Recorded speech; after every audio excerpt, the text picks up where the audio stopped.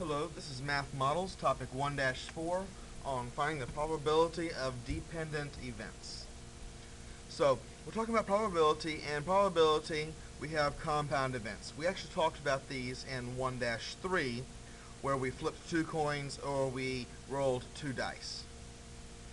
Well, compound events are broken into 2 categories. They're broken into independent events and dependent events. Independent events are 2 or more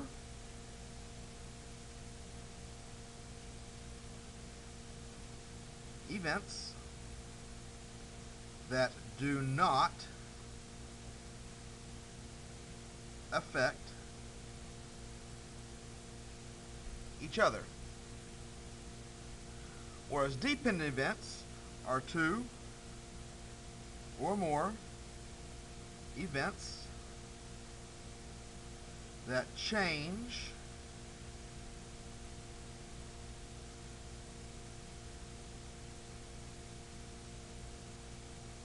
based on the previous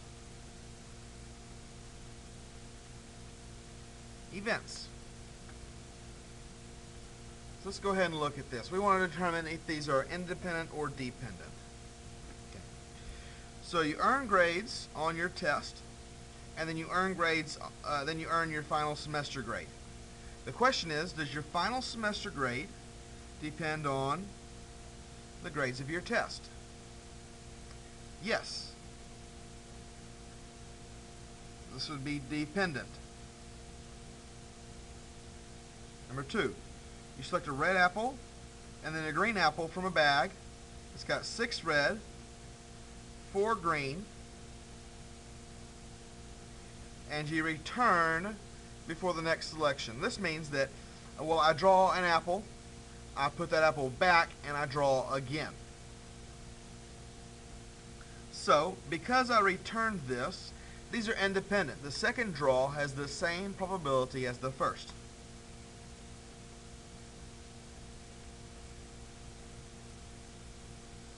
This would be independent.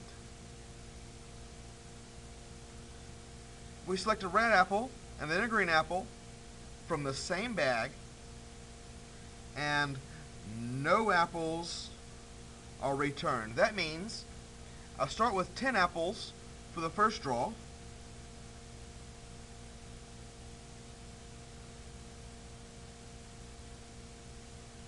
But because I don't return it, I only have 9 apples for the second draw. The second event has been changed from the first event, and so this is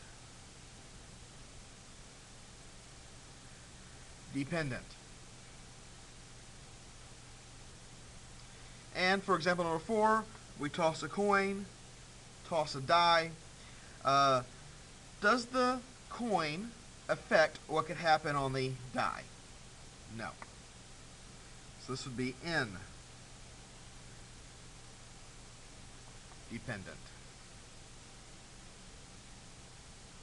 Let's go ahead and have a look at the next page.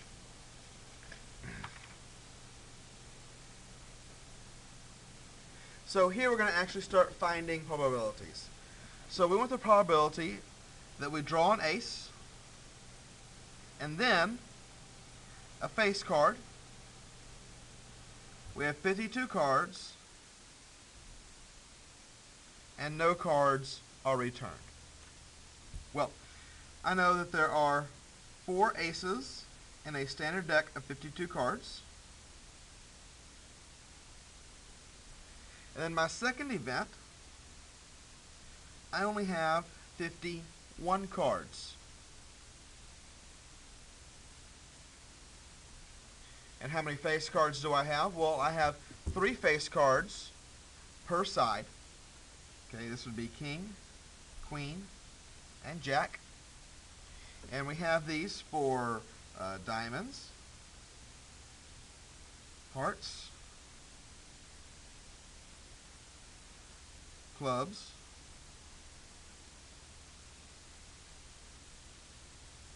and spades. So that makes 1, 2, 3, 4, 5, 6, 7, 8, 9, 10, 11, 12. I have 12 face cards. Now, if I have two events and I want to find the probability of both of these events, then what I need to do is I need to multiply.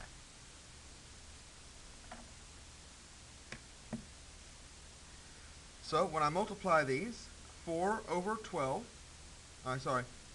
times 12 gives me 48. And 52 times 51 gives me 2652. And we want this as a percent. So 48 over 2652 equals 0.0181. It's approximately, I'm having to round here, which is 1.81%. So, again, we find the probability of the first event. We find the probability of the second event. This event depends on this one. So the bottom changed from 52 to 51, and we got this number. We multiplied our two numbers to get this. Let's go ahead and talk about example number 2. We have 5 discs on our CD player, and it has a random button that selects songs at random and does not repeat until all the songs are played. What is the probability that the first song selected is from disc 3 and the second song from disc 5? Well, in order to do this, we need to start with figuring out our total number of songs. So we just add these up. 8 plus 10 plus 13 plus 9 plus 10 gives us 50 songs total.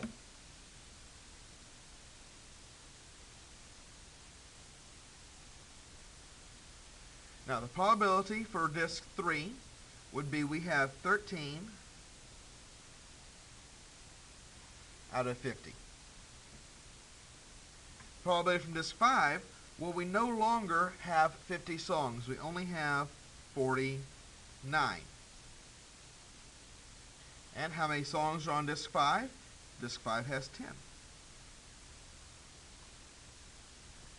And now for disc 3 and disc 5, that would be 13 over 50 times 10 over 49 equals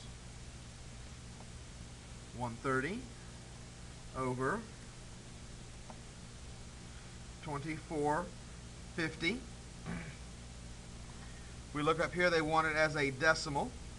So I do 130 divided by 2450, and I get 0.053.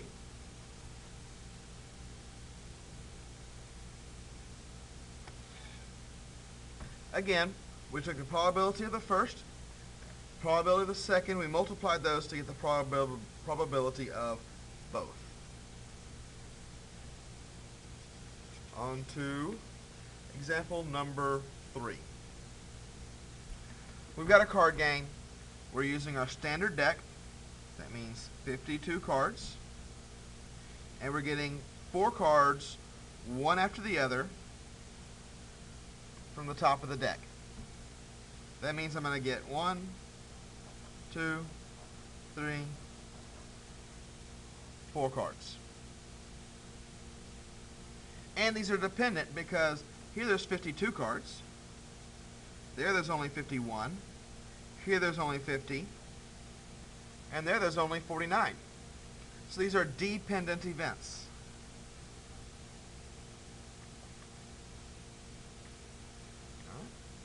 Well, let's look at the probability of getting 4 aces. 1, 2, 3, 4. We know that this is 52, 51, 50, and 49. Well, how many aces are in the deck when we start? Well, when we start, there are 4 aces.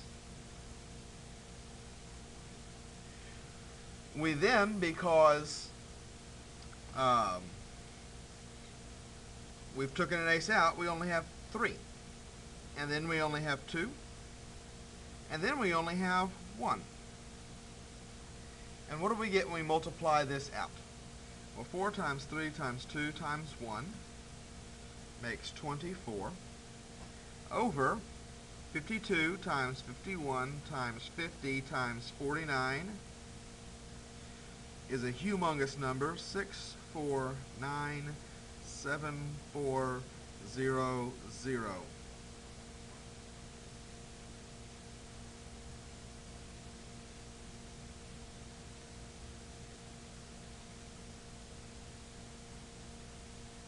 And this is such a small number that our calculator can't even simplify it. So we're not going to worry about it. Okay? But, just so you know, this is 0.1234537. That's a tiny number. So if you're wondering why in poker 4 aces beats everything else, this is the reason why. It is so ridiculously hard to get that poker says that this wins. Now let's go ahead and call on 4 hearts. 4 events, so that means 4 fractions. We know they're all dependent, so we write those down. And now we wonder, how many hearts are there? Well, we know that there are 13 hearts. Well, we drew one, so the next one is only 12 hearts. And the next one, there's only 11 hearts. And for our last draw, we're only drawing out of 10 possible hearts. So 13 times 12 times 11 times 10 gives us 17160 over that same ridiculous number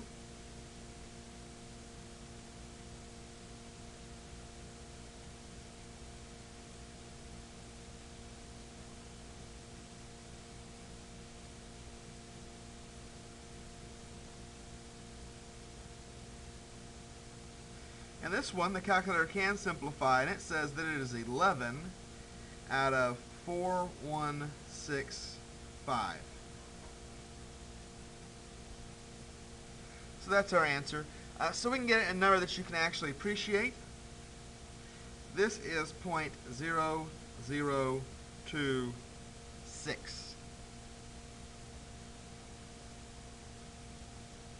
And as you can see, it's much more likely for you to get 4 hearts than for you to get 4 aces.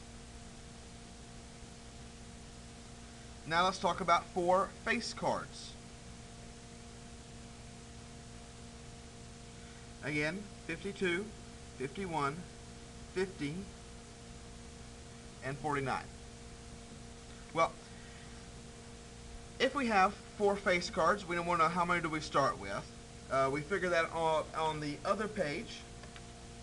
On the other page, we decided that we have 12 face cards, and then 11 left, and then 10 left, and then 9 left. 12 times 11 times 10 times 9 makes 11880 over that ridiculously large number.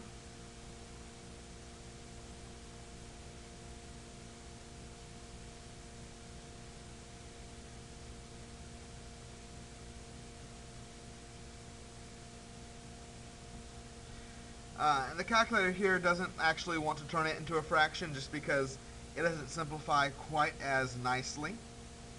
So we're going to go ahead and just leave it like this. But this is approximately 0.0018. So you're more likely to get the 4 hearts than you are to get the 4 face cards, which should be obvious with the fact that we start off with 13 hearts and we only start off with 12 face cards. Now we move on to the last one, and they've gone ahead and given us some blanks here. And so we know the bottom's going to be the same.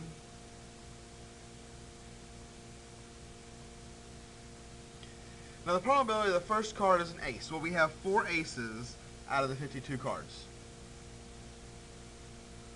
Well, we still have 4 kings, 4 queens, and 4 jacks. So, that being said, these top numbers didn't change like A, B, and C did, because we're not pulling from the same stack on top. We're pulling from 4 different stacks on top. Well, let's see what this gets us. 4 times 4 times 4 times 4, or 4 to the 4th power, is 256 over 6497400.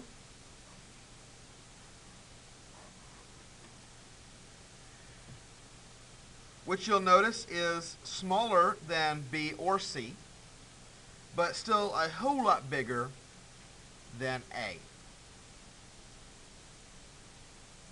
And this divided by 6497400 is approximately 0.1234039.